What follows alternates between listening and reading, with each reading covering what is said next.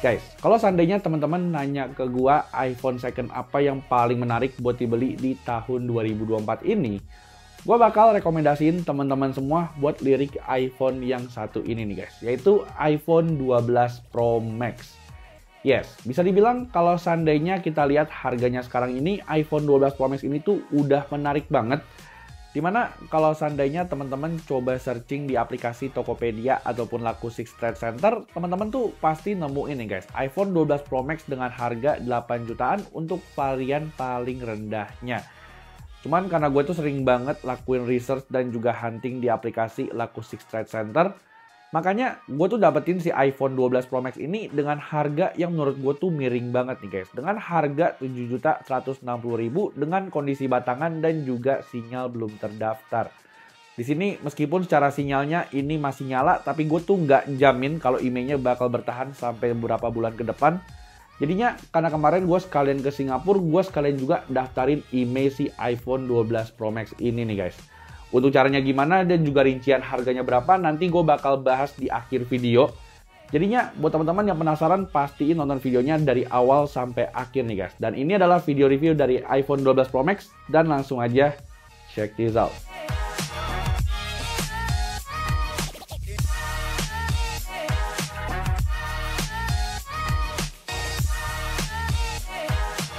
Alright, seperti pendapat gue tadi, gue bisa bilang iPhone 12 Pro Max ini adalah iPhone paling sweet spot nih guys. Kalau seandainya teman-teman lagi nyari sebuah iPhone second buat teman-teman beli di tahun 2024. Alasannya menurut gue cukup simple, dimana menurut gue secara desainnya iPhone 12 Pro Max ini tuh masih mirip banget sama iPhone generasi terbaru. Dimana kalau seandainya teman-teman lihat secara desainnya, iPhone 12 Pro Max ini tuh kayak nggak ketinggalan guys sama iPhone terbaru seperti iPhone 14 Pro Max ataupun iPhone 15 Pro Max. Di sini emang secara bahasa desainnya iPhone 12 Pro, 13 Pro, dan juga 14 Pro ini tuh kayak nggak ada bedanya sama sekali. Dimana baik dari segi bentuknya atau bahkan sampai pemilihan materialnya, iPhone 12 Pro Max ini tuh sama persis loh guys, sama iPhone 14 Pro Max. Yes, jadi di sini dari segi bentuknya iPhone 12 Pro Max tuh masih pakai desain boba 3 buah kamera belakang dan juga pakai frame stainless steel yang gampang banget nyeplak sidik jari dan juga gampang baret. Dimana gue tuh jujur nggak gitu suka guys sama desain yang kayak gini karena menurut gue ini nggak enak buat dipegang. Tapi tentu aja kalau kita ngomongin soal build quality, HP ini tuh udah top tier banget. Tapi satu hal yang bikin HP ini ketara kalau ini adalah iPhone 12 Pro Max adalah dari segi layarnya nih guys. Yes, jadi iPhone 12 Pro Max tuh kalau seandainya teman-teman perhatiin bagian notch-nya ini tuh masih gede banget. Dimana sejak iPhone 13 Pro itu notch-nya tuh udah makin kecil nih guys. Dan jadi Dynamic Island di iPhone 14 Pro Series. Makanya kalau seandainya kita lihat HP ini dari depan baru ketahuan kalau ini adalah iPhone 12 Pro Series. Cuman kalau seandainya kita ngebahas dari segi spesifikasi layarnya, ini tuh menurut gue masih cakep banget nih guys. Untuk speknya sendiri, menurut gue ini tuh nggak ketinggalan dimana HP itu bawa layar 6,7 inci dengan panel OLED XDR display. Yang dimana untuk resolusinya pun juga udah pakai resolusi Full HD Plus nih guys. Meskipun refresh rate-nya sayangnya masih 60 Hz aja. Tentu aja dengan refresh rate-nya yang masih 60 Hz, HP itu untuk kebutuhan scrolling masih kalah timbang sama HP-HP zaman sekarang. Tapi kalau seandainya kita ngebahas soal kualitas layarnya, ini tuh menurut gua bagus banget guys. Kualitas layarnya ini tuh menurut gua masih kelihatan jernih banget dan juga punya warna yang sangat eye pleasing. Dan stereo speakernya pun menurut gua masih empuk banget nih guys. Kalau seandainya teman-teman pakai HP ini buat dengerin musik atau teman-teman pakai untuk streaming film. Cuman gua nggak tahu kenapa kayaknya di iPhone 12 Pro Series tuh kayaknya ada masalah untuk speakernya terutama waktu panggilan masuk. Dimana kalau seandainya iPhone 12 Pro Max ini menerima telepon secara reguler, menurut gua ringtone notifikasinya tuh kayaknya kecil banget nih guys. Di sini gue juga udah cobain di iPhone saudara gua dan juga iPhone 12 Pro yang udah kita review kemarin. Hasilnya tuh sama guys, ringtone-nya tuh kecil banget padahal gua udah bersihin speaker dari si iPhone tersebut. Jadinya mungkin buat teman-teman yang mengalami masalah kayak gua juga, teman-teman mungkin bisa drop komen di bawah. Soalnya ini tuh kayaknya datang dari segi softwarenya ya guys. Karena gue pakai untuk dengerin musik, semuanya tuh aman-aman aja.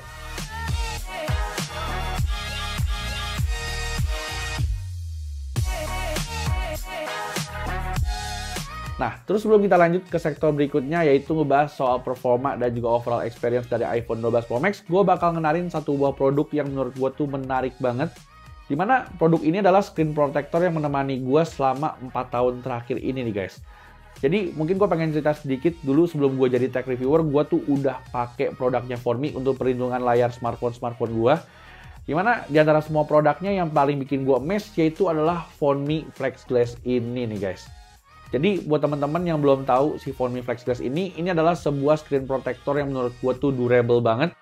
Dimana kalau seandainya kita ngebahas soal durability-nya, tempered glass biasa tuh kalah jauh loh guys sama Flex Glass yang nggak bisa pecah dan juga lentur banget. Dari segi feel-nya tuh menurut gue lumayan mirip sama kaca, tapi bedanya ini tuh lebih tipis dan juga nggak bisa pecah. Dan yang gue suka, Phone-me juga kasih garansi kalau flex glass-nya ini tuh pasti presisi nih guys. Dan mereka juga kasih garansi kalau seandainya teman-teman tuh salah pasang. Jadinya kalau seandainya teman-teman ngelakuin kesalahan pemasangan ataupun flex glass-nya nggak presisi, teman-teman tuh tinggal bilang aja ke Phone-me dan mereka bakal kirimin yang baru. Dan dengan kelebihan tersebut tuh teman-teman cuma perlu bayar sekitar 65.000 aja nih guys. Dan teman-teman bisa dapetin 2 piece Phone-me flex glass dan itu tuh menurut gua worth it banget. Untuk link pembeliannya semuanya udah gua taruh juga di kolom deskripsi. Jadinya nggak pakai lama ya guys, langsung aja proteksi layar smartphone kalian pakai Phone-me Flex Glass ini.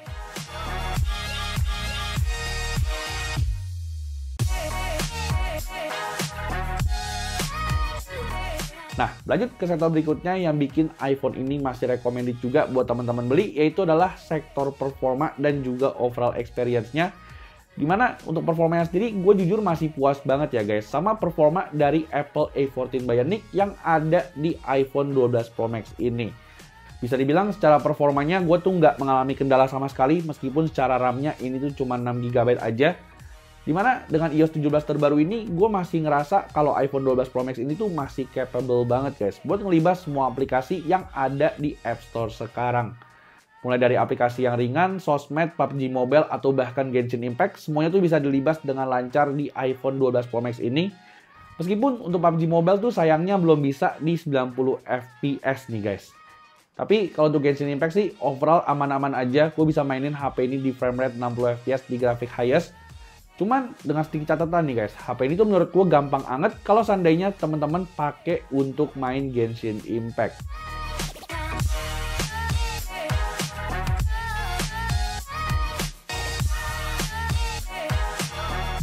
Nah, terus setelah kita ngebahas soal performanya, sekarang kita lanjut ke sektor berikutnya yaitu ngebahas soal baterai dan juga kemampuan charging dari si iPhone 12 Pro Max ini. Jujur, di tahun 2024 ini, entah kenapa gue masih puas banget sama baterai dari iPhone 12 Pro Max ini ya guys. Meskipun secara ukuran baterainya ini tuh cuma 3687 mAh aja dan battery health-nya cuma 78%. Tapi ternyata iPhone 12 Pro Max ini tuh masih bisa sustain banget untuk satu harian penuh loh guys.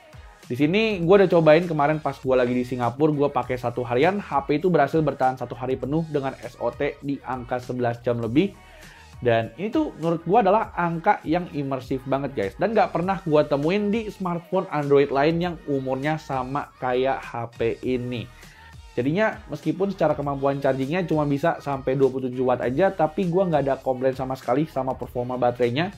Jadinya untuk sektor baterainya ini gue masih bisa banget nih guys buat rekomendasiin si iPhone 12 Pro Max ini selama baterainya masih ori dan juga battery health-nya di atas 78%.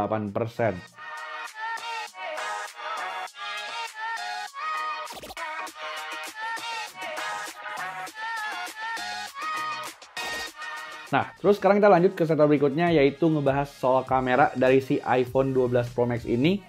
Di sini mungkin pertama-tama gue bakal kasih lihat teman-teman untuk spek kamera dari iPhone 12 Pro Max ini nih guys. Di sini untuk kameranya sendiri iPhone 12 Pro Max ini tuh dibekali sama 3 buah kamera belakang beresolusi 12 megapiksel. Dimana untuk kamera utamanya sendiri ini tuh udah pakai teknologi sensor shift image stabilization nih guys. Sebagai informasi juga, untuk kamera utama dari iPhone 12 Pro Max ini juga punya ukuran sensor yang lebih gede ketimbang sama iPhone 12 Pro. Dan untuk kamera depannya sendiri, di sini tuh iPhone 12 Pro Max masih kayak iPhone zaman sekarang nih guys, yaitu dibekali sama kamera depan 12 megapiksel. Nah, untuk hasil fotonya sendiri, teman-teman mungkin bisa langsung aja simak sampel foto yang udah gue jepret pakai si iPhone 12 Pro Max ini. Overall, kalau gue disuruh nilai, gue tuh puas banget ya guys sama hasil foto dari iPhone 12 Pro Max ini meskipun resolusinya cuma 12 megapiksel aja. Di sini meskipun secara resolusinya emang nggak segede HP-HP zaman sekarang, tapi HP ini tuh tetap masih bisa ngasilin foto yang detail dan punya HDR yang luas. Serta gue juga suka sama karakteristik warna dari iPhone ini nih guys. Untuk foto objek atau foto orang, warnanya tuh menurut gue kelihatan natural banget. Yang nggak kalah gue suka di sini dari segi kamera ultra wide, wide ataupun telefotonya juga punya karakteristik warna yang cukup balance. Begitu juga kamera selfie-nya nih guys, punya detail yang bagus dan warna yang akurat serta punya point of view yang cukup lebar.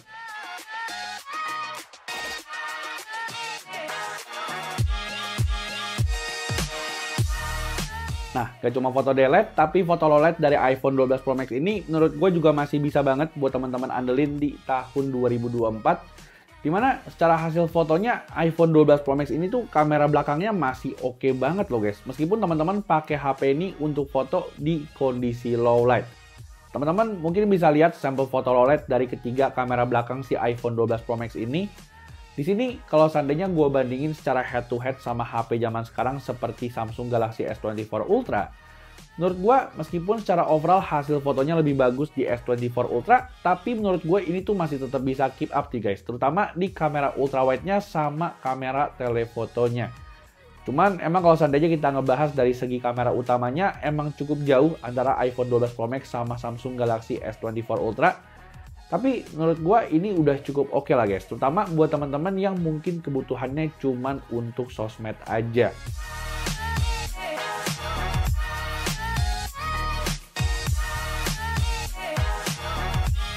Cuman berbeda kalau seandainya kita udah ngebahas dari sektor video dari si iPhone 12 Pro Max ini. Di sini kalau kita ngomongin soal videografinya, gue perlu acungin 2 jempol nih guys untuk iPhone 12 Pro Max di tahun 2024. Hasil videonya tuh di 4K 60fps masih bisa banget untuk ngimbangin stabilisasinya S23 Ultra ataupun S24 Ultra. Dimana teman-teman bisa lihat ya guys, cara stabilisasinya si iPhone 12 Pro Max ini tuh nggak kalah loh. Kalau seandainya kita bandingin sama Samsung Galaxy S24 Ultra. Bahkan gak jarang kemarin pas di Singapura gue ambil beberapa footage pakai kameranya si iPhone 12 Pro Max ini. Jadinya menurut gue si iPhone 12 Pro Max ini tuh masih cocok banget nih guys. Kalau seandainya teman-teman pengen produce konten dari sebuah kamera smartphone aja. So guys, ini adalah sampel recording dari iPhone 12 Pro Max ya guys. Dan ini gue coba record di resolusi paling tingginya, yaitu di 4K 60fps. Jadi mungkin agak sedikit beda ketimbang sama video biasanya. Kali ini gue tuh lagi ada di Singapura. Dan menurut teman-teman gimana nih overall buat rekaman videonya, stabilisasinya, sama untuk recording audionya. Teman-teman mungkin bisa langsung aja nilai sendiri ya, kira-kira gimana untuk hasilnya. Thank you. Nah, terus lanjut ke satu terakhir yaitu ngebahas soal kesimpulan dan gimana caranya gue bayar pajak dari smartphone ini. Di sini mungkin gue pengen ceritain dulu ya guys, proses pas pendaftaran email smartphone ini waktu gue lagi di bandara. So guys, jadi gue udah mendarat di Bandara Soekarno-Hatta. Dan sekarang ini gue lagi OTW ke Bea Cukai guys. Gue pengen bayarin pajaknya si iPhone 12 Pro Max ini. Jadi tadi gue udah sempet isi formulir juga untuk pendaftaran emailnya. Gue udah sempet masukin nomor email sama nominal smartphone ini. Dan kita bakal lihat nih, nanti kita bakal bayar berapa buat pajak HP-nya. Yuk.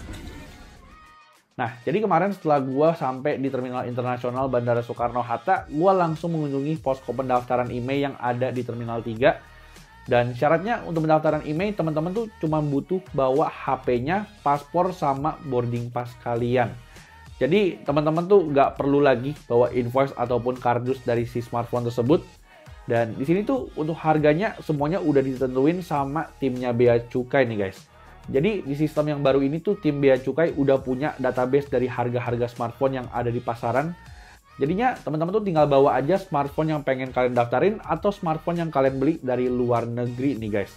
Untuk prosesnya pun overall juga bentaran banget, cuma 5 menitan aja. Dan untuk pajaknya sendiri yang gue bayarin itu adalah 0 rupiah aja guys. Karena kemarin secara harganya HP itu ternyata masih di bawah $500. Jadinya oke guys, jadi gue udah selesai daftarin emailnya dan ternyata prosesnya gampang banget guys. Teman-teman tinggal kasih aja paspor, boarding pass, sama HP yang mau daftarin, dan mereka tuh ternyata udah ada database harga-harga smartphone yang teman-teman bawa. So, nggak usah takut lagi buat daftarin IMEI. Dan si 12 Pro Max ini, yang 256 ini, gue bawa dari Singapura, dan pajaknya tuh 0 rupiah guys. Jadi gue nggak bayar sama sekali, dan IMEI-nya sekarang udah aktif. Nah, jadinya buat teman-teman yang sekarang mungkin pengen bawa HP-nya dari luar negeri atau pengen daftarin IMEI, teman-teman tuh nggak perlu takut lagi. Soalnya untuk harga-harga smartphone-nya ini tuh semuanya udah ada database-nya nih guys. Dan kemarin pengalaman gue juga nggak ada pungli sama sekali. Jadinya untuk kesimpulannya juga, menurut gue iPhone 12 Pro Max ini tuh masih bisa banget buat gue rekomendasiin buat teman-teman beli. Dimana menurut gua iPhone 12 Pro Max ini tuh masih mencakup banyak aspek yang dibutuhin dari sebuah smartphone flagship nih guys. Seperti contohnya performa yang masih kenceng, baterai yang awet, dan juga kamera yang masih mumpuni banget. Di sini tuh menurut gua iPhone 12 Pro Max masih bisa banget nih guys buat teman-teman andelin di tahun 2024. Lalu untuk fitur esensial lainnya seperti IP68 dan juga NFC juga masih tersedia di iPhone 12 Pro Max ini. Cuman ya kekurangannya palingan cuman ada di sektor layarnya aja nih guys. Yang sayangnya iPhone ini tuh masih pakai layar 60 Hz.